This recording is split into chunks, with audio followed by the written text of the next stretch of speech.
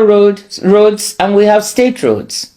The federal government has privatized electricity generation and distribution, yet things have not really improved as much as we would like because of discontinuities in the system. But I see this privatization as an opportunity Southeasterners can seize to improve the situation in the region. One of our foremost citizens, Professor Barton Naji, has already shown what one man's ingenuity and drive can do. He may not have got it all right, but he has shown how we can try to solve some of our problems in the power sector.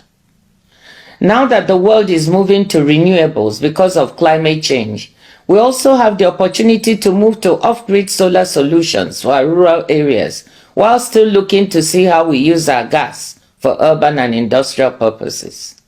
The Rockefeller Foundation in New York, together with some partners, is working on solar and battery storage solutions that can attack energy poverty in developing countries. They are looking at working in Nigeria. Can we attract them to the Southeast? Let me dwell on a few other opportunities we can seize to develop economic activity in the region. Our biggest resource in the Southeast is our human resources. Ndị Igbo dị entrepreneurial. Anyị ma alụ ọlụ. Anyị ma ịzụ afịa. Some of the biggest entrepreneurs and industrialists in Nigeria are Igbos.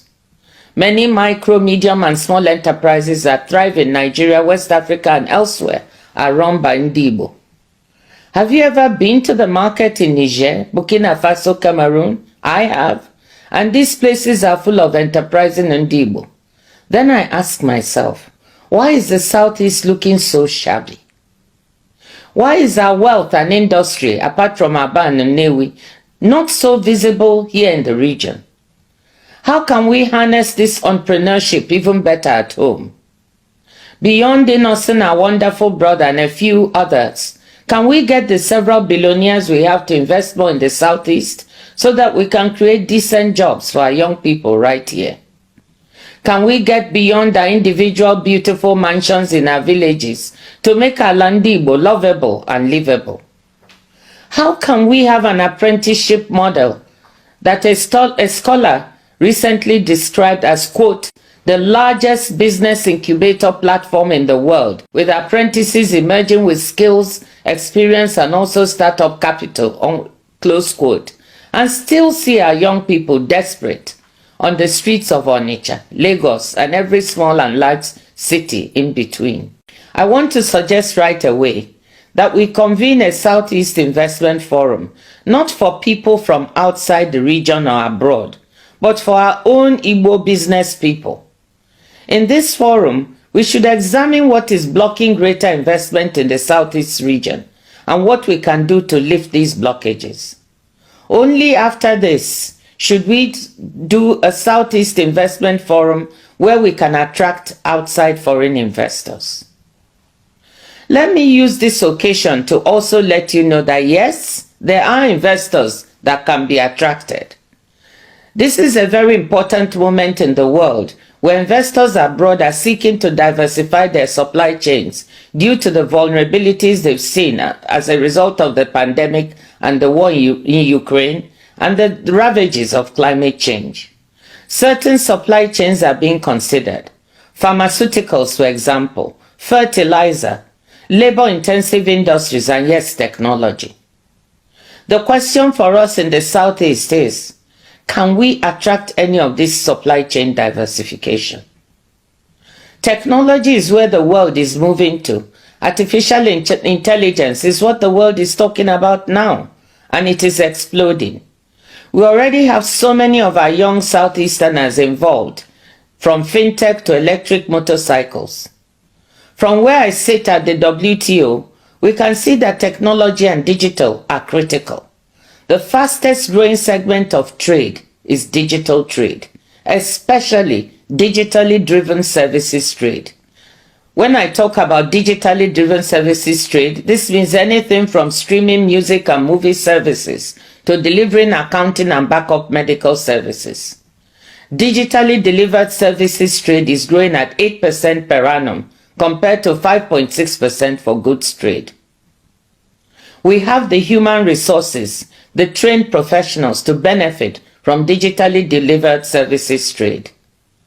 We also have the creative industries, film and music, centered in Onitsha and elsewhere, that can become part of this trade. What we need is to build a digital backbone in the state, either through cable or satellite, to provide the appropriate digital infrastructure. This kind of investment is better done at scale.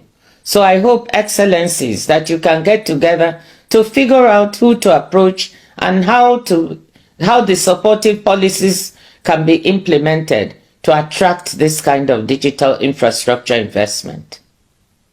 Digital trade for micro, medium and small enterprises, online education, health and accounting services can provide good jobs and incomes for our young people.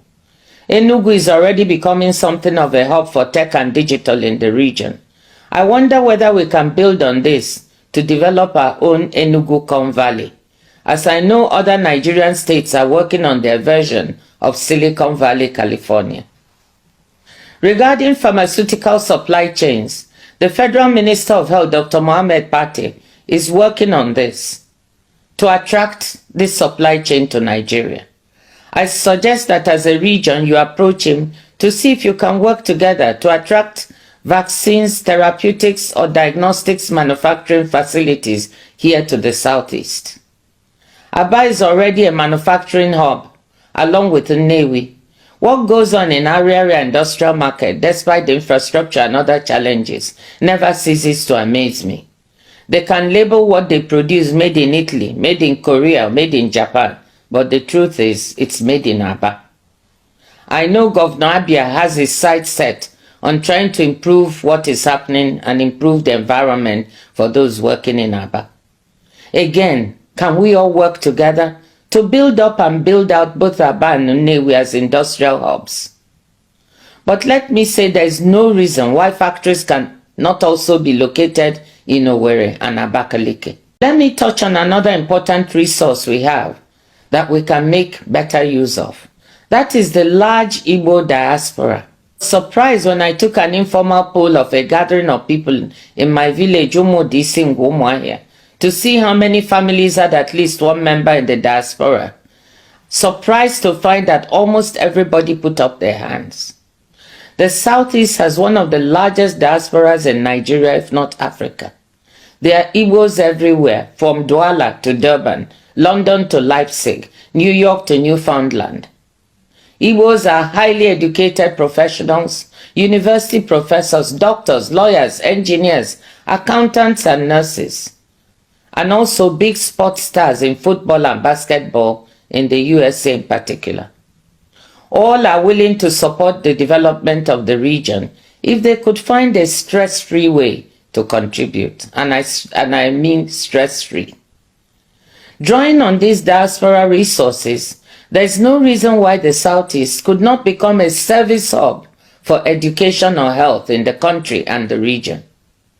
Let our professors help develop high-quality schools, and universities, building on education investments already happening in the region to attract people beyond the Southeast, and let our diaspora doctors build up specialist hospitals that can draw people from other parts of Nigeria, West and Central Africa and beyond. I happen to know that many of these diaspora doctors would like to help. My husband is one of them. It may sound far-fetched, but I'm convinced we can make the Southeast a services hub for education and health services. We can also draw on the diaspora for financing. I don't know how many of you recall that when I was finance minister, Nigeria floated a diaspora bond of $300 million, a first for the country. Drawing on the resources of our diaspora, though we also opened up the bond to other investors, we were able to attract hundreds of millions of dollars. Now, the World Bank has recorded almost $21 billion in remittance flows to Nigeria in 2022, about the largest remittance flows in Africa. A significant portion of this must come from Southeasterners abroad. Most of this comes in to support consumption and some forms of investment at home. I'm sure the Southeast governors coming together can do some financial engineering and find a way to float a Southeast diaspora bond or fund to capture some of these flows and channel them towards financing some of these development priorities. I know that support from the federal government Ministry of Finance will be needed. It seems to me that we can pitch this to the incoming team. They seem to be open to fresh ideas, so why don't we try to muster their support? You will notice that I have not dwelt on agriculture or natural resources. This is because that is where we always go first when we are talking about opportunities in the region, forgetting all the other possibilities that I've just spoken about. But I have not forgotten that we have big opportunities in agriculture, oil and gas, and some other minerals, some of which may now be in demand as the world seeks to decarbonize and get to net zero carbon emissions in 2050. But again, to fully make use of this, value-added investments in these areas will need hassle-free bureaucracy and appropriate investment environment. Before I conclude, let me say that many of these opportunities that I mentioned will not prove as attractive if the macroeconomic environment in the country is unstable. Low growth, high inflation, the depreciating naira, and exchange rate volatility make for daunting challenges. The federal government will have to get a handle on overall macroeconomic management for the country to attract both domestic and foreign investment and for the country to grow. They insist they are working on this, and I hope we can see stability soon.